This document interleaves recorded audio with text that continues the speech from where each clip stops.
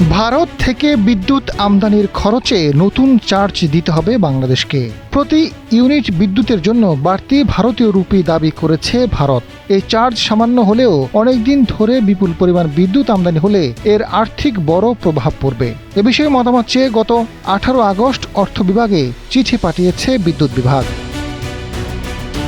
বিদ্যুৎ বিভাগ জানিয়েছে, চুক্তি করতে দেরি হলে এনভিবিএন এর মাধ্যমে 1160 মেগাওয়াট বিদ্যুৎ আমদানিতে জটিলতা তৈরি হতে পারে। কেন নেওয়া হচ্ছে এই চার্জ? বিদ্যুৎ বিভাগের চিঠি অনুযায়ী ভারতের কেন্দ্রীয় বিদ্যুৎ নিয়ন্ত্রক সংস্থা আন্তঃসীমান্ত বিদ্যুৎ বাণিজ্যের জন্য প্রতি ইউনিটে প্রথমে 0.01 ভারতীয় রুপি চার্জ নেওয়ার প্রস্তাব করেছিল। পরে পিডিবির আবেদনের পরে তা অর্ধেকে কমিয়ে 0.005 রুপি করা হয়।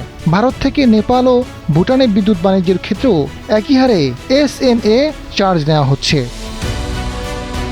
ভারতের বিদ্যুতের নির্ভরতা বাড়ছে।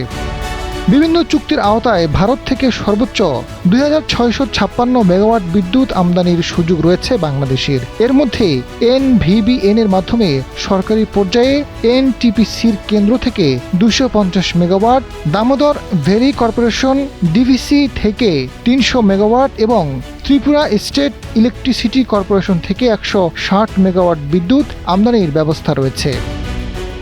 বছরে খরচ 17,000 কোটি টাকা।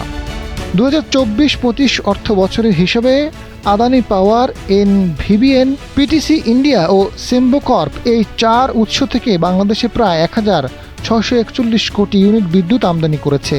এর মূল দাম বাবদ পরিশোধ করা হয়েছে 16,999 কোটি 75 লাখ টাকা। এর মধ্যে সবচেয়ে বেশি ব্যয় হচ্ছে আদানি পাওয়ারের বিদ্যুৎ কিনতে।